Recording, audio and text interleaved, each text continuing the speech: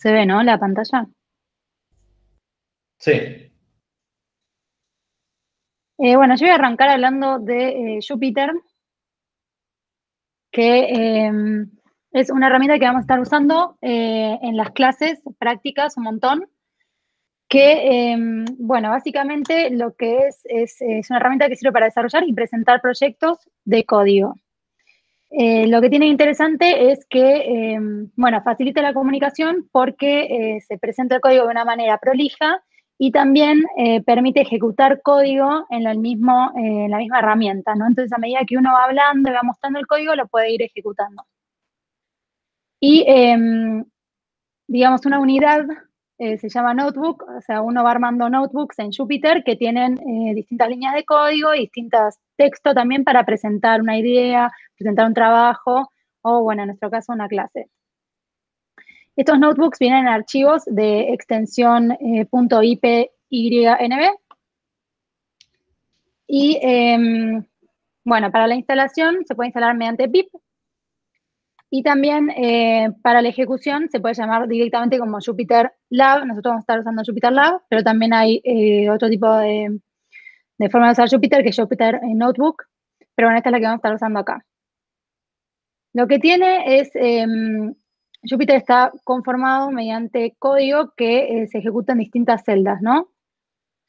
Cada celda comparte variables imports entre las mismas. Esto es muy importante porque a veces puede llevar a problemas, ¿no? Entonces acá en un ejemplo, no me está dejando agarrar el puntero, o no me acuerdo cómo se hacía, pero bueno. Tenemos la primera celda. Abajo a la izquierda te van a aparecer como 3 puntitos. Y Ah, tenés ahí que clicar en está. los 3 puntitos. Sí, lo cambiaron, este cuadre. Estos malditos de Google. Sí, me avisan. Bueno, me fui creo que re atrás. Bien, adelante digo. La primera celda que tenemos acá, bueno, esto es código en Python y nos muestra una asignación. Estamos asignando el número 5, el entero 5, a una variable llamada A, ¿no? Y después la imprimimos. Esta es nuestra celda. Después uno ejecuta lo que está dentro de la celda y se imprime el 5, que fue el último comando que se encuentra en esta celda. Y después tenemos la celda siguiente que estamos asignando a la variable B, A más 2. Y luego imprimimos B. Esto nos da como resultado 7. Esto es que agarró A, que está declarada en la celda anterior, la tomó como un 5 y le sumó 2, ¿no? Entonces, de esta forma comparten información entre las celdas.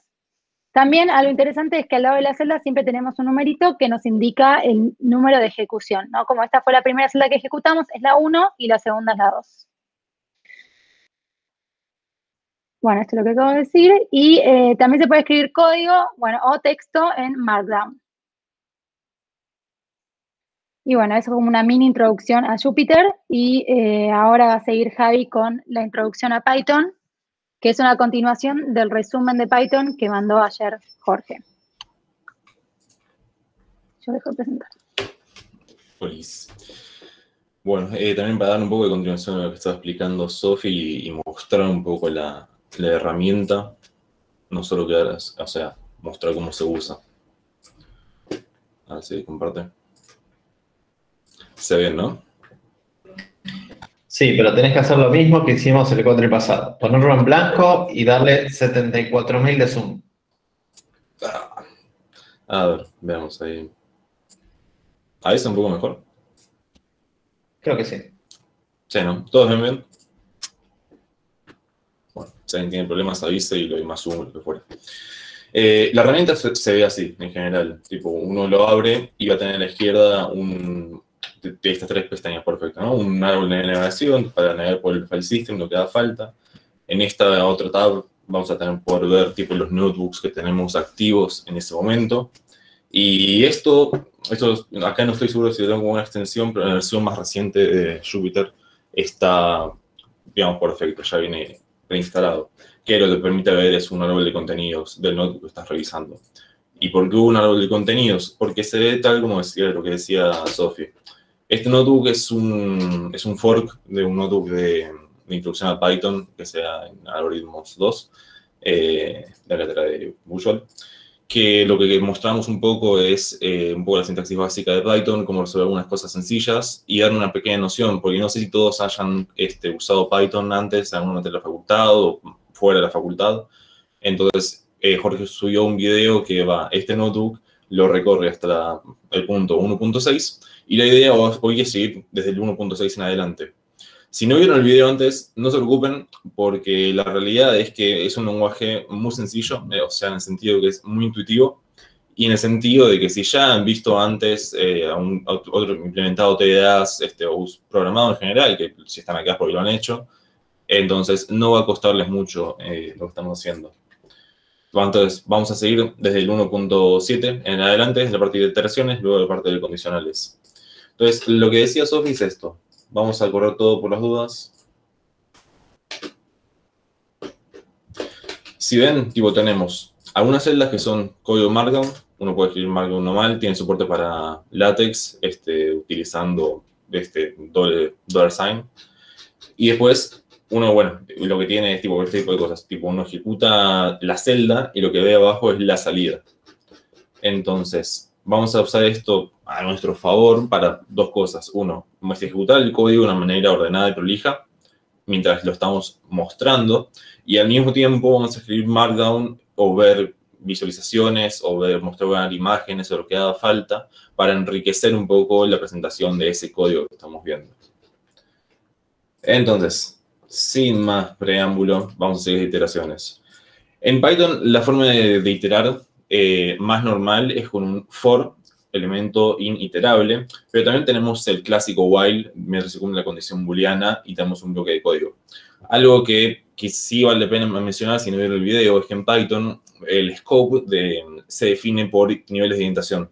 No se define con llaves o con alguna otra construcción, digamos, visual, sino que lo que uno define el scope o dónde está el bloque de código a partir de los niveles de indentación, ya sea con espacios o con tabs, preferiblemente con espacios, y son 4.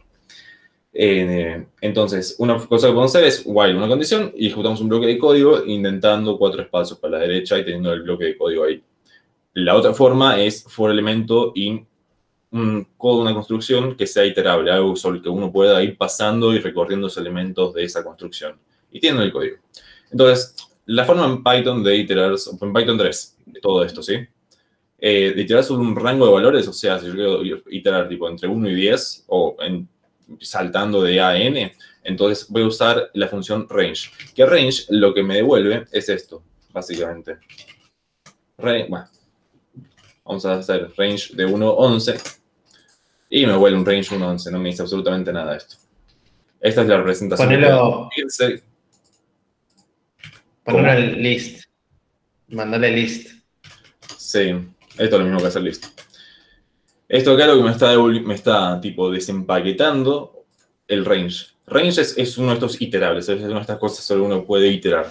Al ponerlo como listo, al ponerle esta cosita que puse recién, ahí se ve un poco mejor. Lo que hace es convertir una lista ese iterable. Entonces, es un poquito más fácil de visualizar cómo funciona. Y la otra forma es decir, bueno, con el for que bien, para cada elemento llamado i en el rango de 1 a 11, vamos saltando de a 1, vamos a imprimir i. Entonces imprimimos todos. Pero uno, cuando quiere saltar, no quiere ir tipo 1, 2, 3, sino quiere ir saltando de A2, por ejemplo, entonces le puede pasar este tercer parámetro, que es el rango, digamos, el step, perdón. Otra cosa que a ver si lo están viendo, es la documentación que puedo ver directamente en Jupyter. Acá yo lo hice con Shift Tab, ¿sí? Que lo que puedo ver es decir, bueno, range, le puedes decir el stop, y te vuelve un objeto range, o si no, le puedes decir, bueno, range desde el inicio hasta el final, y con cierto paso, y me vuelve un range object que arranca en start, termina en stop de manera no, o sea, es cerrado, o sea, es un intervalo cerrado abierto, y voy saltando de a step. Entonces, con esto, bueno, es la forma de iterar cosas o de cumplir en un for como lo que haríamos en C, tipo si no hay declaración de variables y demás. Un poco los operadores lógicos. Si bien se puede usar el AND o el OR de este estilo, así, tipo, así, o podemos usar el AND así. No es lo más común y no suele ser lo más recomendado, salvo en algunos casos que vamos a usar en la materia, pero lo vamos a decir y vamos a explicar un poco por qué es así. En general, la forma de revisar condiciones booleanas, o sea, de hacer cláusulas booleanas en Python es con not, or y and, así escritos, literalmente. Por ejemplo, if true or false, vamos a hacer un print variable. Para igualdad, esto es, sí, ya lo han visto seguramente, es con un doble igual. Y el distinto, sí, puede ser así. Tiene algunos bemoles la comparación de cosas en Python. Uno en general, tipo, barras de decir cosas como A es igual a none, A is none, es true. En general, uno no hace, por ejemplo, igual, none, por una cuestión de cómo funciona internamente el none. Y algo que tampoco es, esto sí, recuerden, no es recomendable hacer cosas del estilo de A es, vamos a ponerle un string. Uno no suele hacer A is string, sino uno en general, para hacer comparación de strings, sí usa el doble igual. Porque existe esta cosa de que es is, que es un comparador, digamos, es una keyword del lenguaje de programación que sirve para comparar cosas, pero se refiere a una igualdad completa de la entidad que está por abajo. No se preocupen por ahora, sepan que está también el is, y en general, tipo, la forma de comparar va a ser más de este estilo. Y que y los operadores lógicos van a ser el not, or y and, escritos literalmente. Para definir funciones en Python hay varias cosas. Vamos a explicar lo básico, lo que va a resultarles más útil de cómo definir funciones, porque después tenés un montón de cosas más. Pero, por ejemplo, la forma sencilla es def, para definir una función, el nombre, que el nombre en general es con no es camel case, esto es con el underscore, no me sale el nombre ahora. Y lo que recibo, sí, son los argumentos, ¿sí? Entonces, nada, uno tiene así. Y básicamente uno tiene el return para devolver cosas. Que, nada, acá no hay nada extraño, esto ya son cosas bastante conocidas. Entonces, acá tipo, tenemos una función, búsqueda binaria, print, y nada, le pasamos los argumentos, que es una lista, y el valor que estamos buscando. Después, una cosa que acá queremos mostrar es que cuando una función normalmente, hay lenguajes que no lo soportan, por ejemplo, devolver muchos valores. Python te permite devolver muchos valores a partir de una construcción que es básicamente tener una tupla.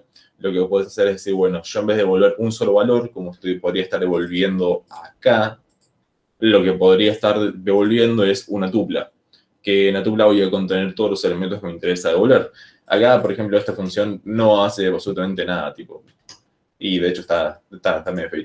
Pero lo que hace es, te devuelve una tupla de 3 elementos, tripla, si quieren decirle, que tiene el parámetro que le pasamos. Entonces, fíjense que yo lo que reviso es, bueno, si es 1, lo voy a imprimir. O sea, acá. If no sé qué sea. Ahí va. No sé para qué es ese print, realmente. Pero lo que importa es ese return, que podemos devolver una tupla de 3 elementos. Entonces, si uno quiere devolver no solo un valor, sino varios, la forma es tipo return A, B, C o tipo lo que sea. Tipo varios entonces a la vez. Esto de acá. Bueno, esto es una forma de mostrar que hay funciones hay operadores que están sobrecargados para distintos tipos de datos. En el sentido de que uno puede hacer tipo una suma de elementos, o sea, de ints. Uno puede hacer sumas de floats. Uno puede hacer sumas de floats con ints, que si se fijan, estoy tipo devolviendo, estoy printeando, o sea, termina convirtiendo a un float. Entonces, y también una cosa que podemos hacer es suma de strings, o sea, el hola, con un espacio, más cómo te va. Funciona, termina dándote el string hola, cómo te va. O sea, y es sencillo en ese sentido hacer operaciones de strings. Podemos sumar listas, lo cual no suele ser una buena idea, pero se puede hacer. Por un tema de performance, no sé, es una buena idea, pero se puede hacer totalmente. Y después, bueno, lo que sí me da un error es cuando yo intento sumar un string con un int. Porque ahí no sabe, o sea, no sabe si lo querés como string, si lo querés como int, o hacia dónde deberías castearlo. Entonces te va a decir directamente un type error. Tipo, no podés concatenar string con int, tipo, solamente podés concatenar string con string. Entonces, nada, eso ténganlo en cuenta que va a fallar. Una cosa que sí queremos mostrar es lo que son argumentos por default de una función.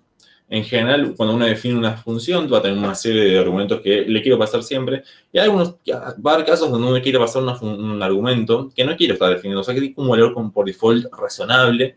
Y cuando quiere cambiarlo, lo voy a poder sobreescribir tranquilamente. Pero uno quisiera poder dejarlo ahí y que se use solo. Digamos, eso parametrizable, pero con un valor por default. ¿Qué son estos que tienen un igual? Los van a ver así, se definen así, básicamente. Nada, eso es para definir cosas. Entonces, por ejemplo, si yo hago división de 4, lo que voy a estar haciendo es tomar divisor como 2 y lo usar directamente. Ahora, si yo le paso acá, tipo división 1, 2, lo que le voy a estar diciendo es, bueno, 1 y el divisor sigue siendo 2, ¿sí? Pero imagínense, si yo le cambio el valor por default, perdón, acá me va a devolver 1, porque yo estaba haciendo 4 y de 4 ahora, ¿sí? Pero acá yo sí estoy especificando cuándo va a ser el divisor. Entonces, acá se le puede pasar por nombre.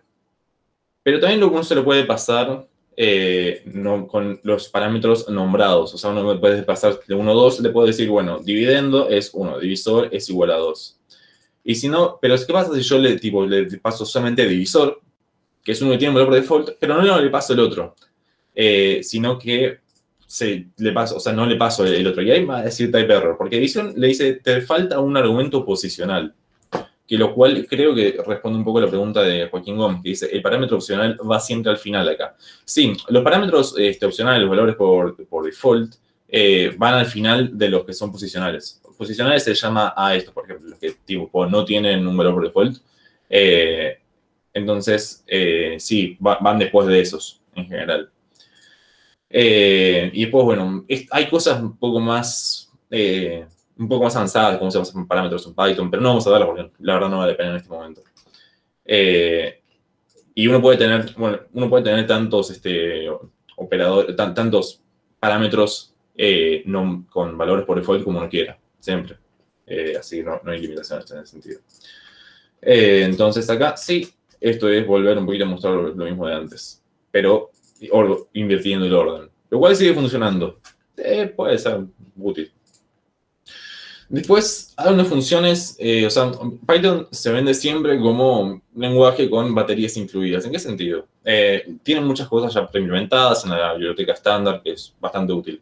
Por ejemplo, uno no tiene que implementar un sort de ningún tipo, simplemente tipo usa el sorted de una lista de cualquier cosa ordenable y me lo va a mostrar. Por ejemplo, si yo tengo un string, vamos a poner un string ordenado de BCA, si yo le hago sorted me devuelve un nuevo string ordenado de los caracteres BCA, o sea, ABC.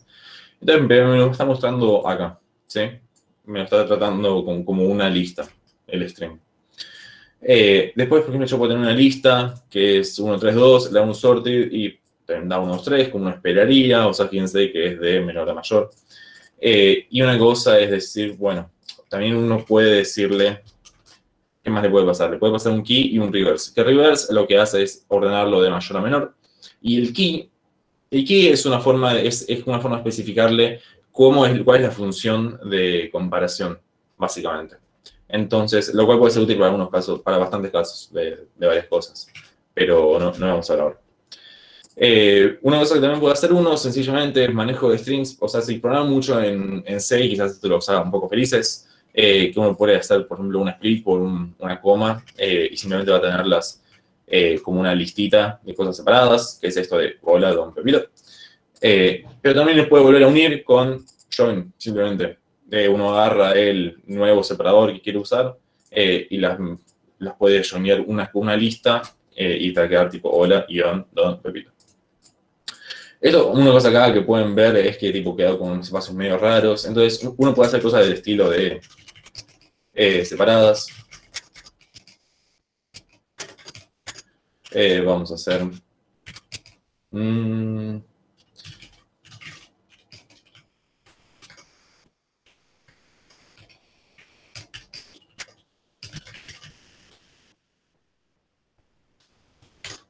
A mí me queda un poquito mejor, porque básicamente lo que estoy haciendo es sacarle los espacios que fueron quedando. O sea, si yo vuelvo a imprimir separadas, como hice antes,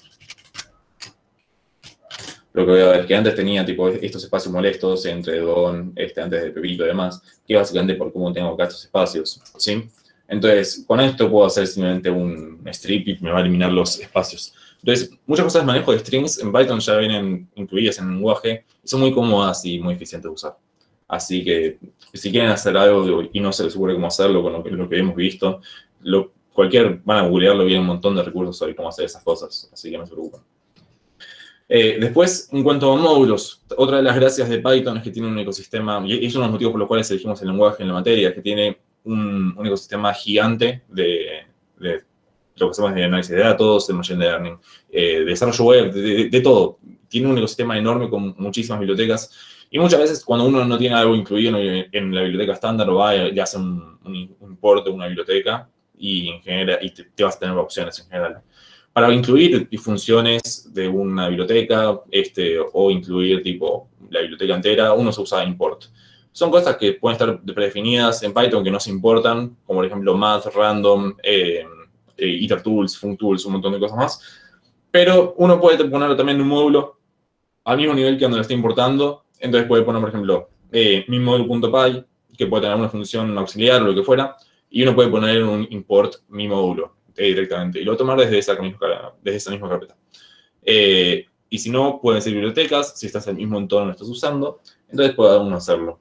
Math, por ejemplo, viene una biblioteca estándar de Python, pero no viene, o sea, uno no puede hacer directamente funciones de Math, digamos, Math.py, tiene que ser un import.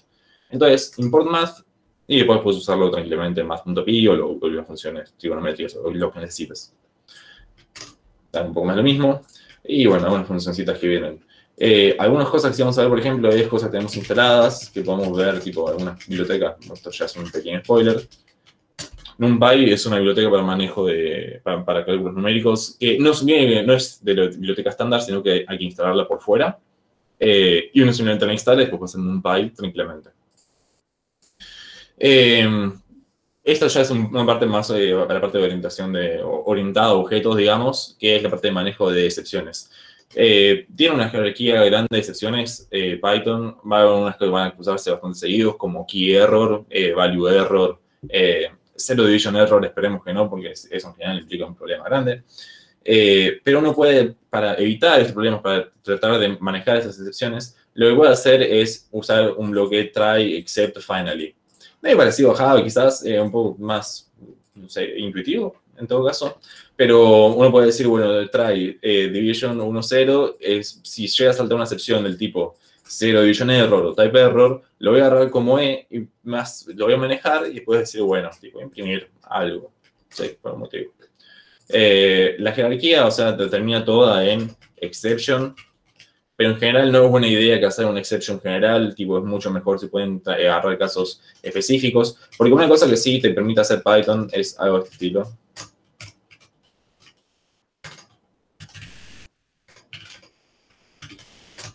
Y acá no sé, decir, bueno,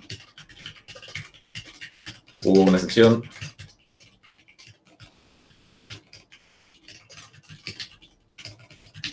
Desconocida. Entonces, si llega a saltar un zero division error, va a atajarlo acá. Si llega a un type error, va a atajarlo acá. Pero si llega a una excepción que no conoce, vamos a tenerlo directamente en el siguiente bloque y lo vamos a rezar desde ahí. No hay mucho más para decir. Hay unas construcciones medio raras de cacheo de excepciones, pero no vamos a usarlas. Esperemos. Otra cosa importante, que acá lo vamos a ver, pero cuando estemos trabajando con Pandas, y es otra de las bibliotecas que más vamos a usar en la materia, esta parte como que va a quedar medio deprecada. Ya no a ver por qué. Lo que vamos a hacer es decir, bueno, vamos a abrir un archivo, vamos a escribirle alumno nota y vamos a escribirle 10 notas random, ¿sí? Y vamos a imprimir archivo. Archivo, si se fijan acá, me va a decir que es un text IO wrapper con un nombre, un modo, un encoding, que qué sé yo, que es todo eso. Entonces, si vemos acá, vamos a ir a Showing File Browser y es este archivo acá, ¿sí? Entonces, básicamente ahora tengo tipo de filas. Me lo está mostrando como una tablita lindo porque es un CSV. Entonces me va a mostrar, bueno, alumno, nota, lo que sea, ¿sí? Ahora, si empezamos a disecar un poco más lo que estamos viendo acá, ¿qué tenemos? Hacemos un open, que es básicamente abrir un archivo, le especificamos el nombre y especificamos el modo. Los modos son tipo algo bastante POSIX-like, que es W, R, RB para binario, BW para binario, lo que haga falta, ¿sí? Entonces, uno es file, es el nombre, el modo es ese que metimos, y todos los demás, como que en general no los vamos a usar, ¿sí? Así que no se preocupen demasiado. Pero lo que sí importa un poco es este with. ¿Que el with qué es? Uno, en general, si han usado C++, C o en un lenguaje que no tenga recolector automático de basura, sabrá que tipo tiene que hacer cosas del estilo de, por ejemplo,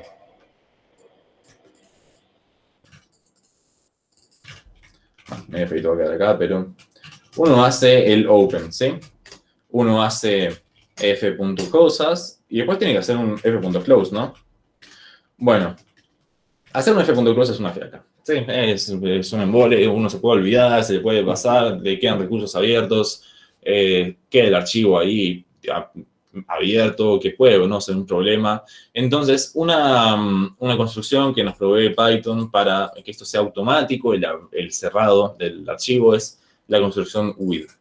Que lo que uno abre con un with se llama un manejador de contextos, y lo que importa es que cuando termina el contexto, se cierra automáticamente. Entonces, acá lo que estoy diciéndole es, bueno, abrime el archivo CSV en modo de escritura como archivo, ¿sí? Le estoy dando un nombre a esa cosa que estoy abriendo. Y cuando termine este bloque, que recuerden que el host se maneja por orientación, acá directamente voy a decirle, bueno, se cierra. Tipo, acá en esta línea ya no está más abierto el archivo. Uno puede ir a abrirlo y lo sigue teniendo ahí, pero está cerrado, ¿sí? Entonces, automáticamente le maneja esas cosas. Y uno puede, tipo, abrir varios archivos al mismo tiempo. Puede, tipo, abrir, tipo, no sé, archivo 2. También en modo escritura. Y vamos a hacerle, tipo, al archivo 2 también. Is not defined, porque me faltó el as, ¿sí? Entonces, ahí está. Y si vemos acá, tipo, ya tengo el archivo 2 y es exacto, y va a ser igual o debería ser igual a lo que tenga en este cuando le demos refresh. Ah, no, porque tiene un random, no importa. Va a ser otro archivo totalmente distinto. Debería ser. Entonces, uno puede tener varios archivos abiertos y con esto, con el with, lo que hace uno es evitar, tipo, tener que cerrarlo a mano. Lo cual es bastante práctico, bastante cómodo. Los manejadores de contexto son un tema bastante complicado. O sea, para una primera clase de Python, donde estamos viendo sintaxis básica, pero son muy útiles. Así que les puede llegar a servir si no los conocen, si no los han usado, si no conocen mucho de Python. Es un tema para profundizar entre varios de los que hemos estado viendo. Y después, bueno, más o menos igual que lo que escribimos, lo podemos hacer tipo un read y vamos a hacer una cosa que es bastante bonita, que es, vamos a iterar el archivo y en vez de tipo tener que leer todo el archivo, decirle, bueno, lees un buffer, separás por new line, directamente lo que le puedes hacer es, para cada línea en F, vamos a imprimir la línea y vamos a borrarle los espacios que tenga al final, o al principio también. Entonces, fíjense qué cómodo que es iterar un archivo y revisar todas sus líneas en Python. Tipo, no tengo que estar haciendo construcciones extrañas de manejo de strings o de memoria o lo que sea. Pero uno también puede hacerlo, leer todo el archivo de una. Y lo hace con read. Entonces, fíjense que se ve bastante parecido, ¿no? Pero acá, tipo, si es un archivo gigante, quizás esto me traiga un problema, porque tengo que darlo todo en memoria. Pero acá lo que puedo hacer es ir iterándolo. Entonces, es bastante cómodo. Y eso es lo que mostraba antes. Bueno, la otra forma de hacer esto es decir, bueno, voy a hacerlo a mano, el open, voy a hacer el close a mano, y acá tipo tengo algo y algo, ¿sí? En general vamos a recomendar, o sea, la recomendación es usar el with, open, algo como nombre y usarlo dentro de un scope. Y lo van a ver en muchos contextos, no solo archivos. Pero si no, siempre pueden hacer esto. Si les queda más cómodo, si les resulta más cómodo por algún motivo. Después, en cuanto a objetos, la idea no es dar tipo una introducción al paradigma de objetos, no es para nada el punto de esta sección, sino un poco mostrar cómo se declaran clases y dar una noción muy básica de para qué sirven. Que básicamente los objetos pertenecen a una clase y lo que vamos a tener son métodos y atributos. Que un atributo podemos pensarlo como variables pertenecientes a ese objeto, que es, digamos, es como lo que siempre pensamos, ¿no? Tipo, yo tengo una clase de, no sé, termo, pero termo puede ser, no sé, puedo tener mi termo, un termo de mi papá o lo que fuera, y pertenecen a la clase termo, pero son termos distintos. Entonces, la clase es termo y vamos a decir, bueno, la instancia es mi termo en particular. Y lo que va a tener cada uno de esos objetos pertenecientes a una clase son atributos que son como variables que le pertenecen a esa instancia o a la clase, y métodos que quedan primitivas, básicamente. Entonces, ¿cómo creo una clase? Básicamente la palabra reservada es con class. Acá estamos heredando de object, que es la parte más alta en la jerarquía de objetos. Y lo que tenemos es este método que es guión bajo, init, guión bajo, que es uno de los que se llaman métodos mágicos en Python, o danders, que es por double underscore, o sea, por doble guión bajo, donde uno, tipo, tiene que arrancar con self, como diciendo, este es mi init de la instancia, y los parámetros con los que puedo ir creándolo. Entonces, uno después tiene cosas como para definirlo, bueno, uno en general no tiene como un getter, como los de Java, se han usado, que probablemente hayan usado, sino que lo que tienen son properties, que son básicamente getters encubiertos, pero son más bonitos. Pero sí tiene que tener este self. Entonces, cuando yo tengo una clase y quiero definir algún método o una propiedad de ese objeto, voy a tener que usar esta palabra reservada que es self. ¿Sí? Y usar tipo self.dato, o sea, mi y guión bajo dato. El guión bajo no es por nada particular, es una convención que indica en general que es un atributo oculto, que no debería ser accedido desde afuera. Entonces, nada, esto revísenlo, o sea, con un poquito más de cariño, porque, como decía antes, la idea no es dar una instrucción al paradigma de objetos, ni mucho menos. Pero bueno, estos otros métodos sí son importantes. Me olvidé de decir cómo lo pueden revisar en la página de la materia. Ahora vamos. Ahora tenemos un otro y vamos a eso. Esos otros métodos, fíjense que son como init, que son danders o métodos mágicos, que lo que me dice es, bueno, tipo, cuando yo quiera convertir a string o imprimir uno de estos nodos, lo que puedo usar es, tipo, voy a tener que definir esto para que quede bonito. Porque si yo no defino esto, o sea...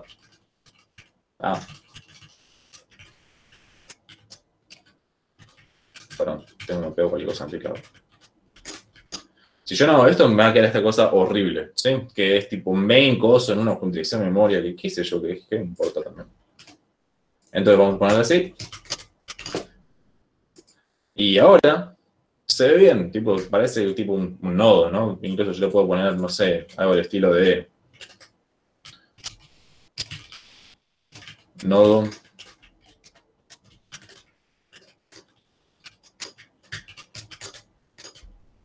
Nodo hola, ¿sí? Entonces, esto básicamente está pasando este print y está imprimiéndose así porque lo puse en el dunder str.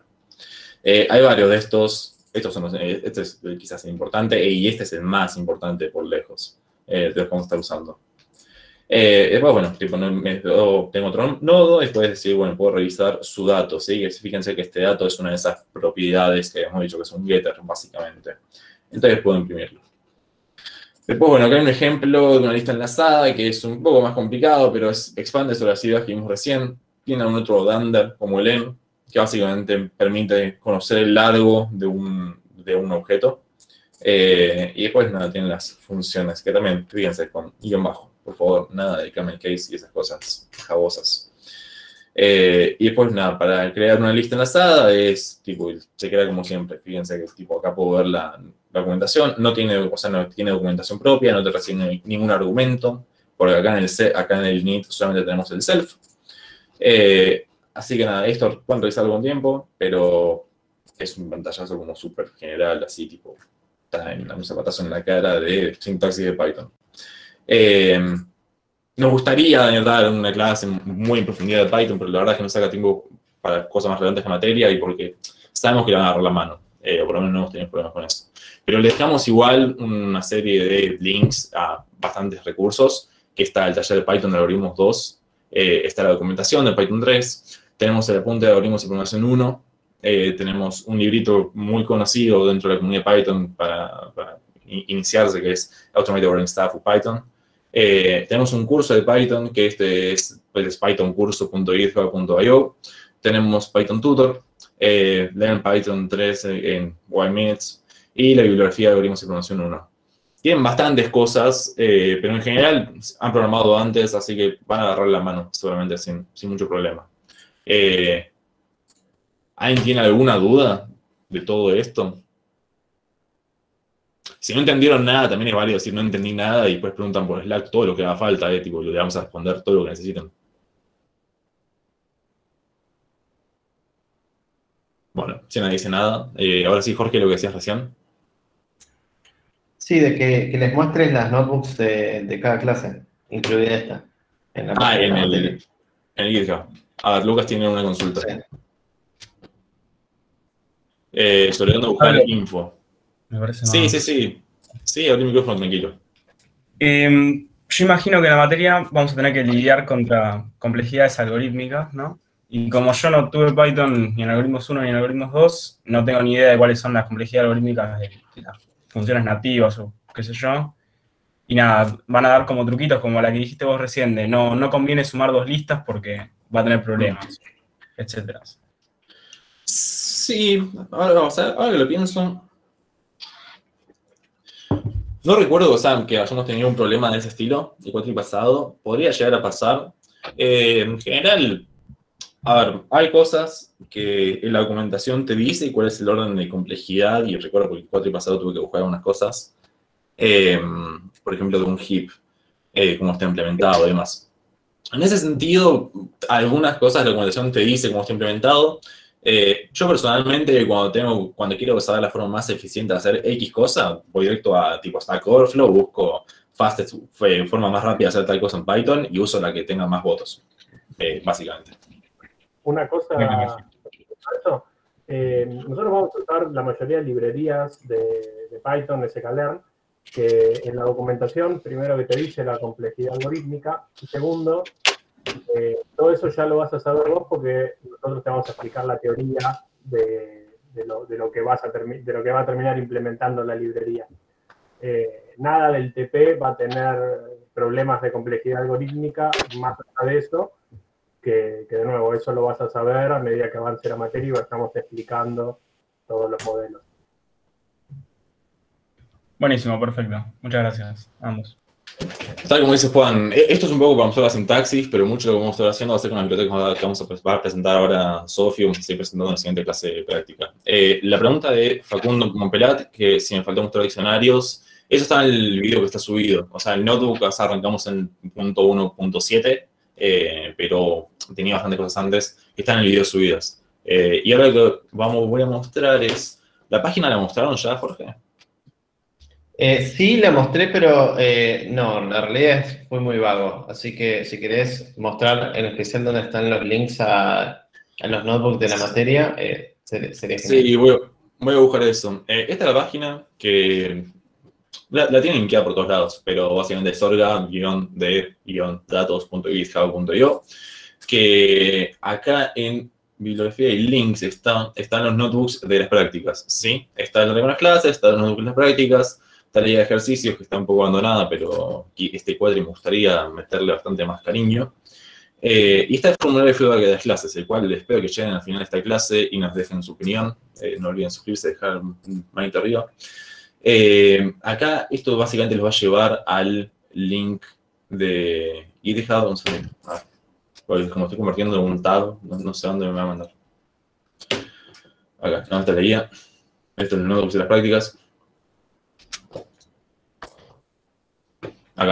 Acá tenemos, esto es el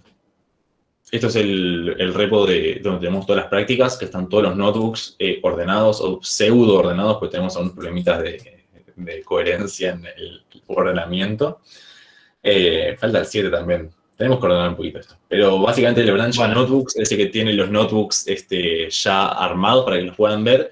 Y los notebooks de hoy, o sea, el que vimos recién, está en la clase 1, Python Intro.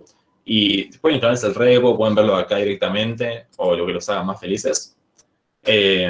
Que nada, acá está tipo todo armado. La parte de diccionarios está acá, para quien preguntaba antes, que acá tiene toda la sintaxis y todo lo que no hayamos sabido está en el video. Y para cuando vean el video, pueden hacer el seguimiento con esto desde acá. Una cosa importante, lo voy a recalcar, es que es el branch notebooks, ¿sí? Que usamos. Porque tenemos un sistemito, un pipeline de integración continua que básicamente te mete los notebooks compilados en maitos bonitos. Y lo otro que quería mostrar es, también respondiendo a lo que preguntaban antes, tenemos dos opciones acá. Uno que es lanzar con Binder, que básicamente si no quieren instalarse, no pueden instalarse por cualquier motivo, lo que sea, digamos, las dependencias de la materia, el entorno, lo que sea, uno puede usar Binder, que es básicamente Jupyter como servicio, es gratuito, no hay ningún problema. Y acá, tipo, vamos a poder navegarlo. Acá todavía está cargando, así que tarda un ratito. Pero uno acá lo que puede hacer es, tipo, ver el notebook, puede ejecutarlo, puede hacer todo desde el navegador sin tener que instalarse las cosas. Puede ser útil, puede estar bastante bueno. Y lo otro es lo que preguntaban antes de Colab, que tenemos acá también Colab metido. Que no sé si están dando realmente. Yo lo metí ya hace un tiempo y nunca miré para atrás. Y tengo ahí un nuevo browser, tengo que esperar autorización de GitHub. Bueno, esto les ha pedido autorización de GitHub o lo que fuera, y van a poder abrirlo también. La idea es que tipo, pueden usar los entornos estos online si no quieren tenerlos localmente. Tenemos un ejemplo de bibliografía también. Pero si quieren revisar los notebooks, el link es este de acá, básicamente. Y lo pueden seguir desde ahí y ir revisando con lo más reciente que tenemos. ¿Alguna duda de todo esto? No. No, yo creo que ya acá dice Santiago. Para bibliografías sobre aprender a usar Jupyter o Notebook, ¿hay algo en particular? Podríamos buscar algún recurso bueno. Podríamos buscar. Yo no tengo ninguno en la cabeza, pero me parece que también es una cuestión bastante de práctica, que bueno, es un poco de usar Python, es un poco de aprender a usar tipo Markdown y ordenando las cosas. Yo creo que va a ser un poco de ir usándolo a medida que avance la materia, pero podemos tratar de buscar alguna referencia interesante. Me lo noto, para no olvidarme. No sé, ahí... Sí, igual la realidad es que es muy empírico, ¿no? Ya con 5 minutos ya se sacan la idea general y después es usarlo. No necesitan saber la teoría detrás para empezar a usarlo y probarlo. Es muy intuitivo, la verdad. La curva de aprendizaje es bastante corta. Sí, o sea, yo sé que, o sea, da un poco de miedo quizás a generar alguna herramienta nueva que es medio extraña a lo que hemos usado. O sea, no es un IDE, no es un editor de texto, es un bicho medio híbrido de un montón de cosas raras. Pero, nada, podemos tratar de ver si encontramos algo interesante, pero mi recomendación es eso, revisar, o sea, usarlo más que nada.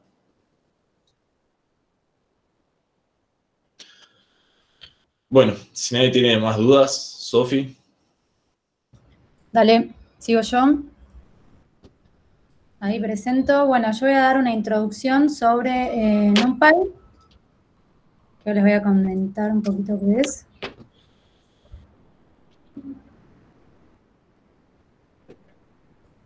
Ahí creo que se ve. Si está bien el zoom, o le pongo más. Yo le pondría un pelincito más solamente. Ahí va. Ahí está. Bueno, ¿qué es NumPy? ¿No? Es una biblioteca que se usa en Python, como ya un poquito adelantó Javi, que facilita el manejo de arreglos multidimensionales y ofrece un montón de herramientas para trabajar con ellos, ¿no? Para manejar arreglos que tienen un montón de dimensiones, con un montón de datos que nos van a servir un montón para la materia. También este tipo de herramienta es ampliamente usada en Python y también para otras librerías, como por ejemplo Pandas, que de hecho está construido en base a NumPy. Bueno, no sé si había una pregunta. Bueno, ya la contestaron, ¿no? Pregunta Facundo si los notebooks se van cambiando y pregunta por si se clona el repo. Sí, estaría bueno que se lo clonen por si cambiamos un par de cosas o algo así. Y también de última, si en la rama que mostraba recién Javi de notebooks no hay un notebook, pueden descargarlo desde Master y ejecutarlo y desde Jupyter en sus computadoras, cualquier cosa. Bueno, ¿no? ¿Cuál es la diferencia entre un arreglo de NumPy y una lista de Python, no?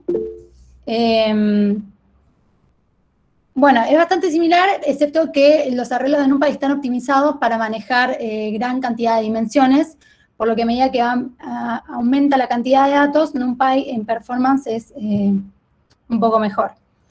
Bueno, vamos a arrancar entonces importando NumPy y vamos a crear nuestro primer arreglo de NumPy que basta con llamar np.array y le pasamos una lista de Python con lo que queremos que sea nuestro arreglo. Una vez que ejecutamos esta celda, se devuelve este resultado. También pueden ser multidimensionales, ¿no? Yo le paso de esta forma 2 listas y me termina dando un arreglo con esta cantidad de elementos y con más dimensiones, que ahora vamos a ver un poquito mejor igual eso. Algo importante de los arreglos de NumPy es que tienen un tipo fijo de datos, ¿no? Todos los elementos dentro de un arreglo tienen que ser del mismo tipo. Si quiero agregar un tipo diferente al de la mayoría, este nuevo elemento es transformado para adaptarse a los demás. Entonces, por ejemplo, tenemos un arreglo de enteros y le vamos a agregar en el elemento, en la posición 1, este que es un flotante.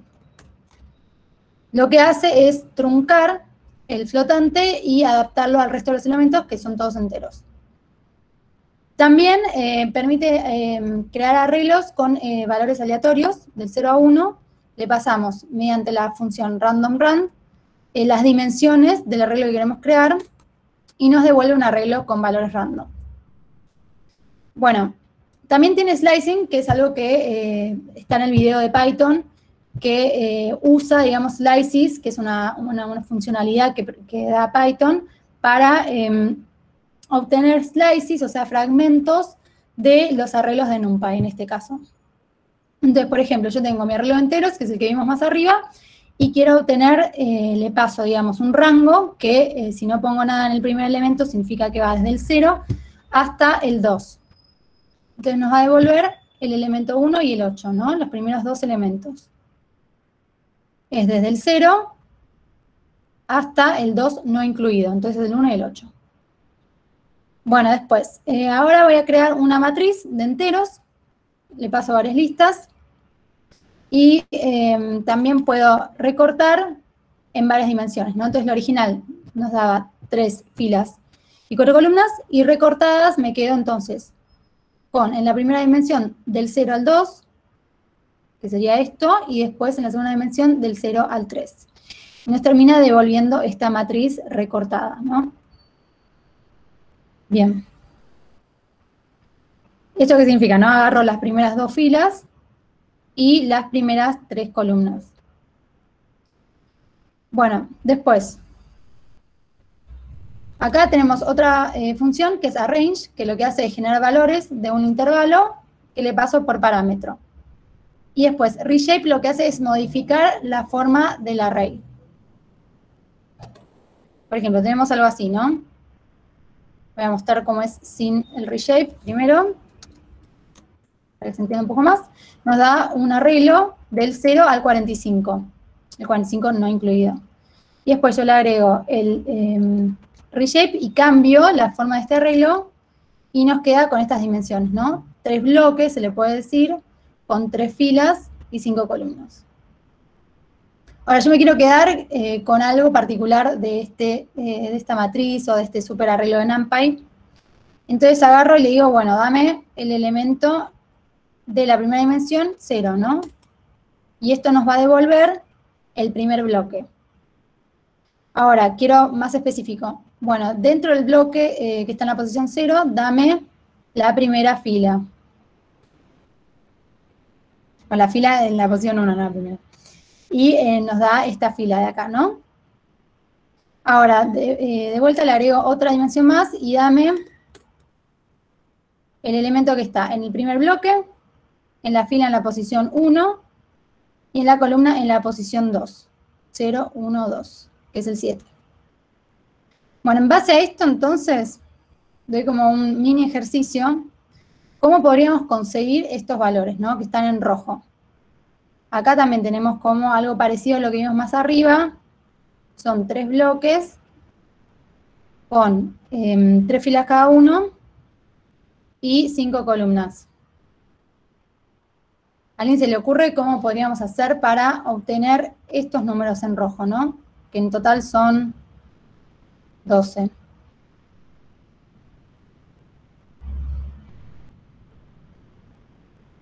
¿Una idea? Podemos usar esto que vimos acá y esto que vimos más arriba de slices.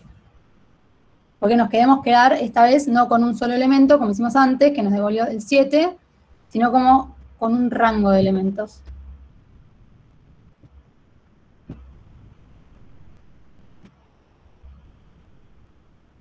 Bueno, voy adelantando un poquito. La idea sería, bueno, agarramos nuestro arreglo y lo que vamos a hacer es... Lucas contestó. Ay, no me llegó. Bueno, a ver, probemos lo que dice Lucas.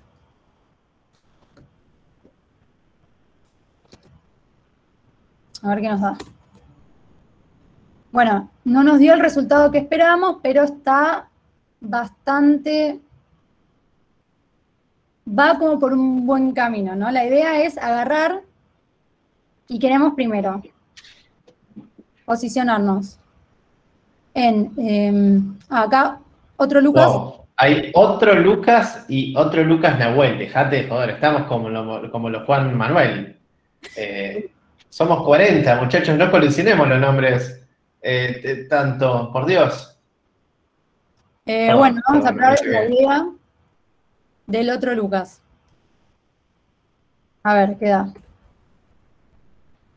Bueno, acá obtuvimos algo, no son los elementos que buscábamos, pero nos devolvió un arreglo.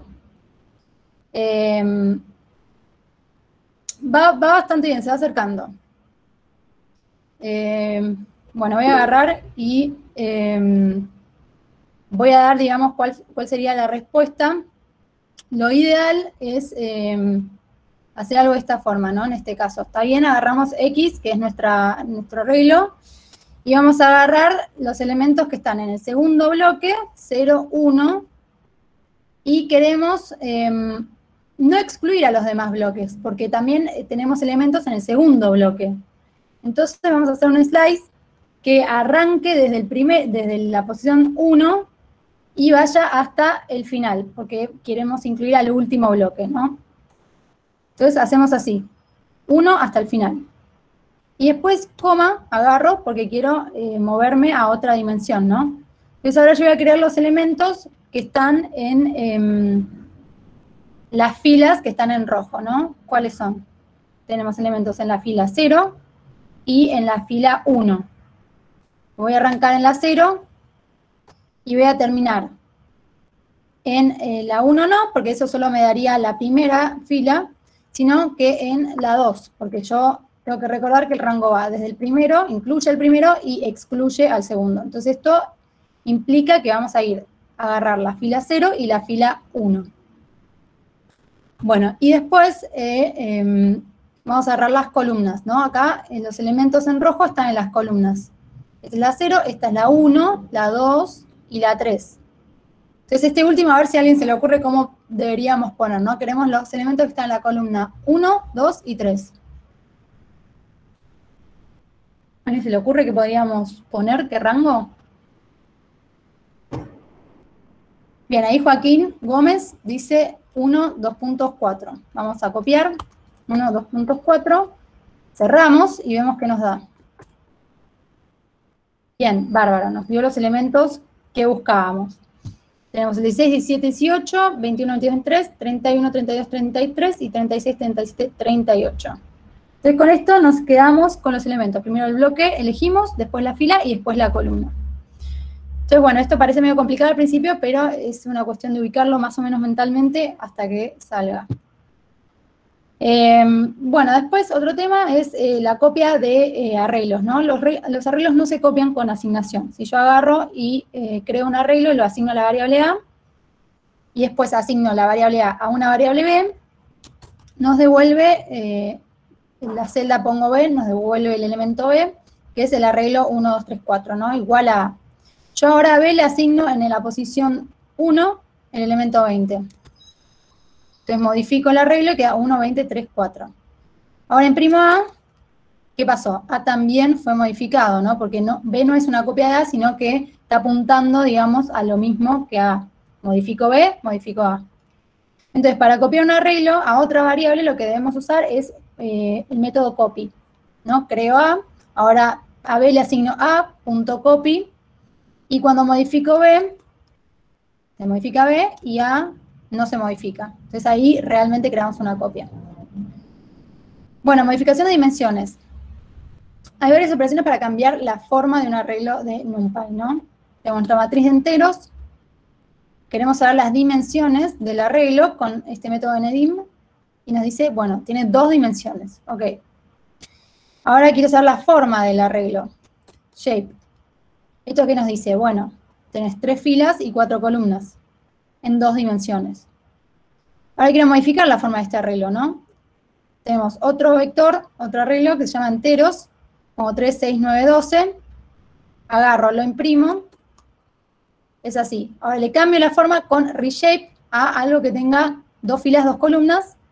Y nos cambió la forma de algo que era, digamos, un arreglo plano a un arreglo de 2 dimensiones. Con 2 filas y 2 columnas.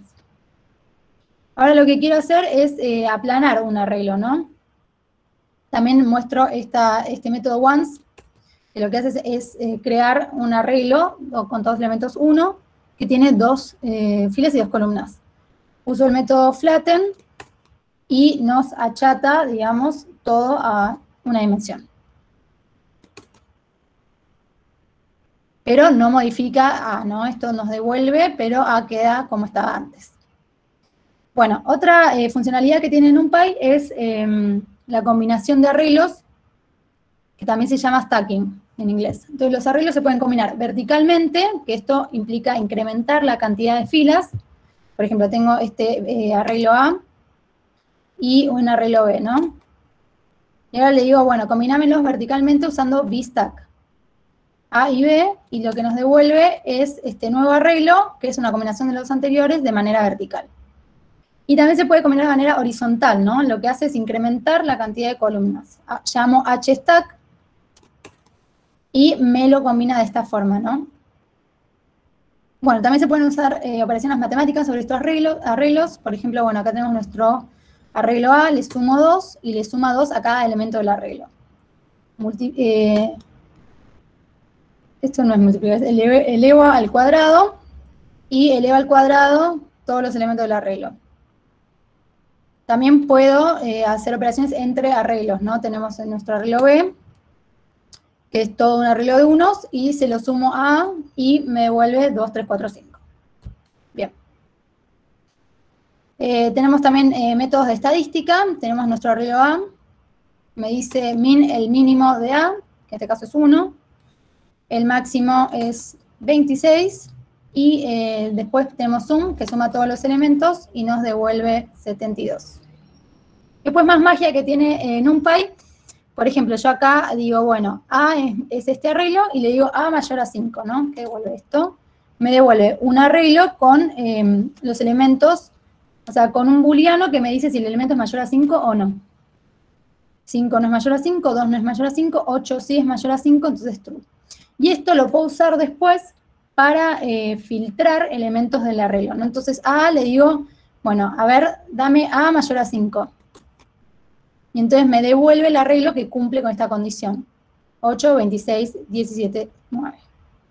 Y después otra funcionalidad de NumPy es broadcasting, que lo que permite es realizar operaciones entre 2 arreglos de NumPy de distintas dimensiones, ¿no? Pero estos 2 arreglos tienen que cumplir unas 2 reglas para poder hacer operaciones.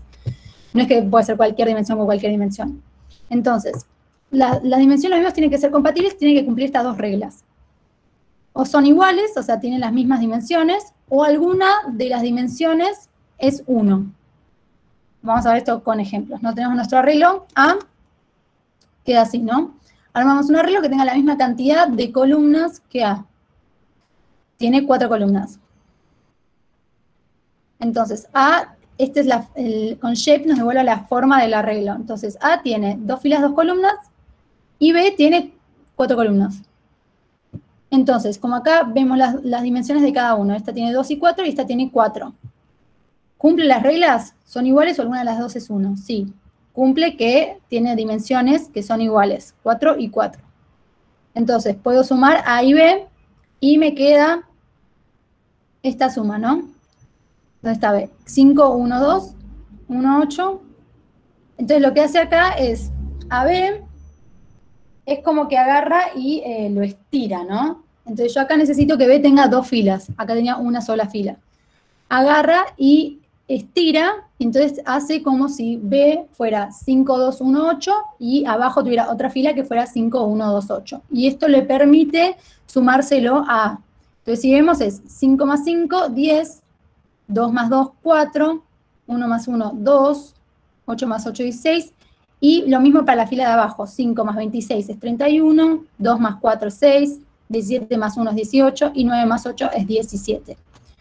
Internamente NumPy no es que agarra y copia B en 2 filas, sino que tiene una forma más eficiente y optimizada de hacer esto, pero bueno, mentalmente podemos imaginarnos que NumPy agarró y copió y generó, digamos, las dimensiones que le hacían falta. Entonces, bueno, acá armamos un array que tenga distinta cantidad de filas y columnas que A, ¿no? Vamos a ver. Tenemos que B sigue siendo 2 filas, 4 columnas, y A, perdón, y B ahora es 3 columnas. No coincide de ninguna forma, ¿no? Porque no tiene ningún 3A. Entonces, esto rompe las 2 reglas que teníamos, que alguna de las dimensiones sea igual, o alguna sea 1. Se rompe y entonces no se puede hacer la operación. Y agarramos, cambiamos y decimos, bueno, ahora A tiene lo igual que antes, 2 filas, 4 columnas, y B va a tener 2 filas, 1 columna. Cumple que tiene una dimensión en común y además la otra es 1. Entonces, digamos que NumPy puede estirar y acomodar B para que pueda sumarse con A y nos termina dando este resultado. Ahora voy a imprimir B así se entiende un poquito más. B nos termina quedando de esta forma, ¿no? Entonces es como que agarra y estira y acomoda B para que quede bien. Ahí teníamos A.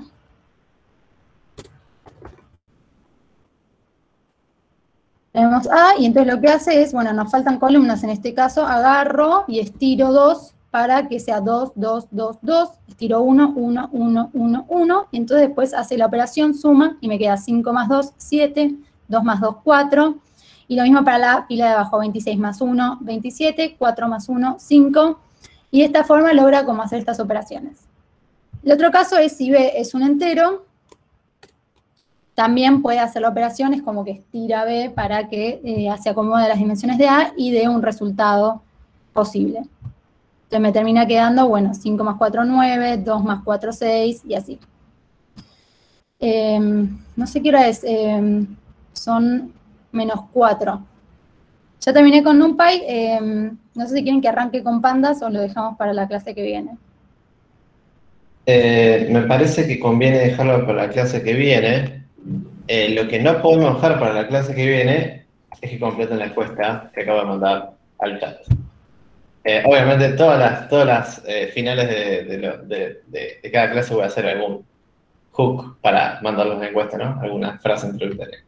Así que... Si quieren el link, está en la página. En la parte de links y bibliografía.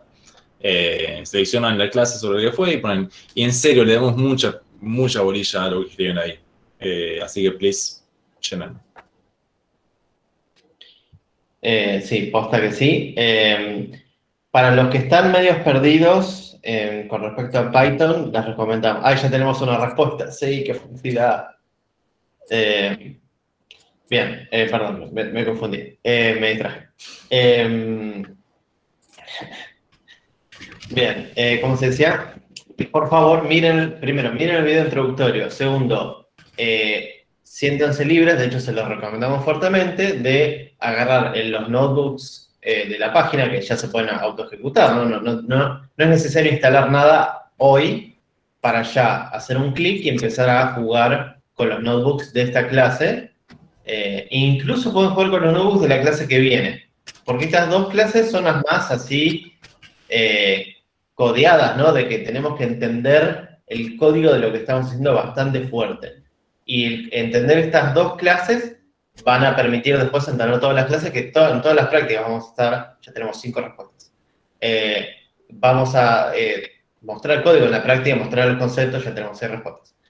Mostrar código, conceptos y todo, pero estas dos clases, y la de pandas, de la clase que viene, ya tenemos 7 respuestas.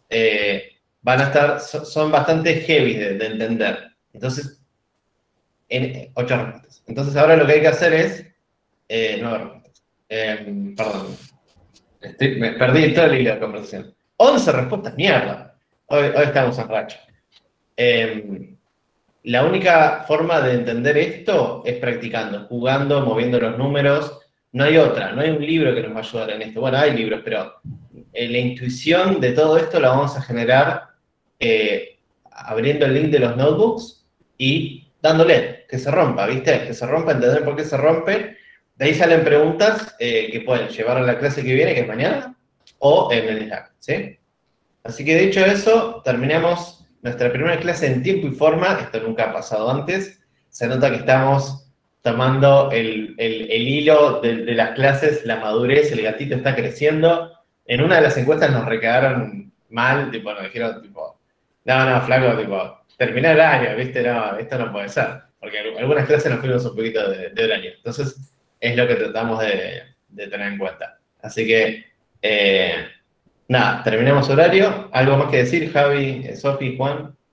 Sí, está por ahí. Que si tienen dudas, está en Slack, si llegan a encontrar un error en los notebooks, pueden hacer un issue en GitHub, si tienen ganas y se animan un PR, pero eso.